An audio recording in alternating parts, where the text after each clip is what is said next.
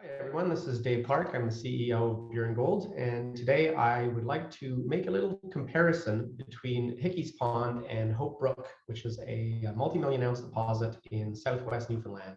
And there are a lot of very interesting similarities between the exploration history of Hope Brook and the exploration history of Hickey's Pond so far. So this is just a few minutes to go through those similarities and show you what kind of thing we could be looking at Hickey's Pond. So first thing to note is where Hope Brook and Hickey's Pond are. You can see Hope Brook here in southwest Newfoundland. You can see Hickey's Pond, our project, here in the top of the Burin Peninsula in southeast Newfoundland.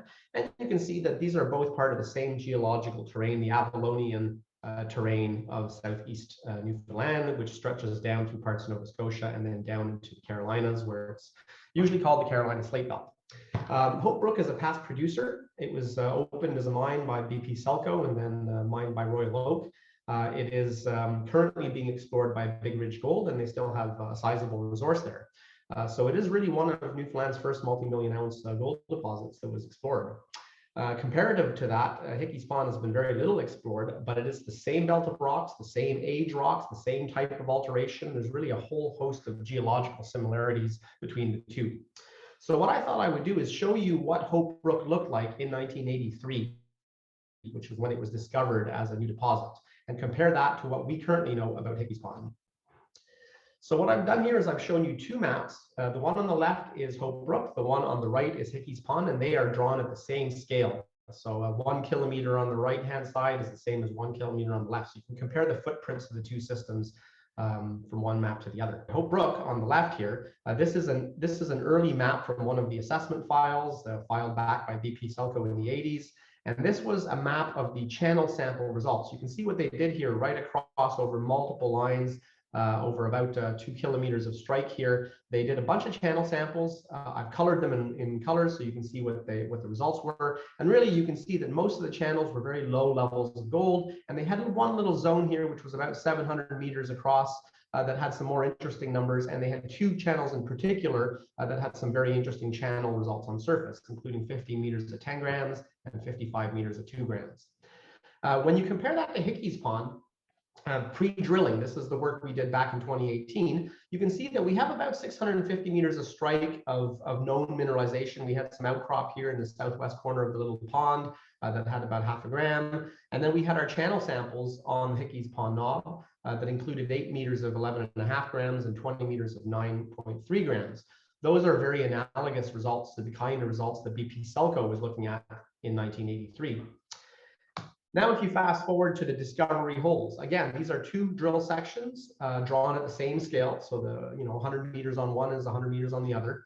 And you can see the discovery drill program at Hickey's Pond versus that at Hope Brook. At Hope Brook, they did a series of holes. You can see the trace of the holes here. CW4 was a duster, CW6 mostly dead, and CW5, which was right under that surface channel that we just talked about, intersected 16.3 meters of 7 grams at shallow depth. That's credited at Hope Brook as the discovery hole. When you compare that to what we did in 2020, we did a discovery hole as well, right under our surface channel, and we had 10.8 meters of 4.4 grams. So very analogous result to what Hope Brook looked like when they only had a few holes in it. If you zoom forward 2 years in time, this is the same map. You can see the same kind of colors here for the channels. This is what the drill hole trace looked like 2 years later. So you can see they put in about 150 drill holes. You can definitely see this is where the deposit was growing. That's where the major number of the drill holes are. And BP Selco at this point in time in 1986 had put together an internal resource estimate of just under 2 million ounces, 1.7 million ounces at about 4.7 grams here. They had reached a production decision at this point, and you can tell that there was going to be an open pit project happening right here under these channel samples. This is what it looks like today at Hickey's Pond. We've only put in a few drill holes. As you can see, these are our drill holes from 2020. We have gold in every hole. We have some economic looking intercepts in the holes around the, or potentially economic intercepts in the holes around the knob itself, but it's very early days, and we need to bring Hickey's Pond to a point that looks more like Hope Brook did. Now, if you go forward in time again, this is what Hope Brook looks like today. You can see this is where the old open pit was. You can see that they produced about 750,000 ounces in a span of about 10 years.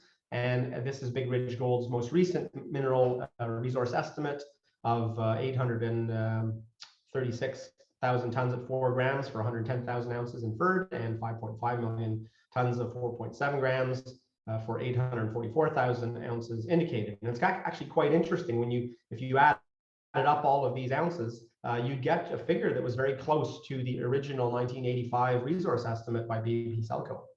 And here's where we are today. Just 7 diamond drill holes done to date, and we've just started drilling, obviously, at Hickey's Pond now, so we'll be filling that picture in. But I wanted to show this to our shareholders as an indication of what is possible and what early stage discoveries often turn into when the ounces are in the ground. So that kind of wraps it up for me, and thanks for paying attention.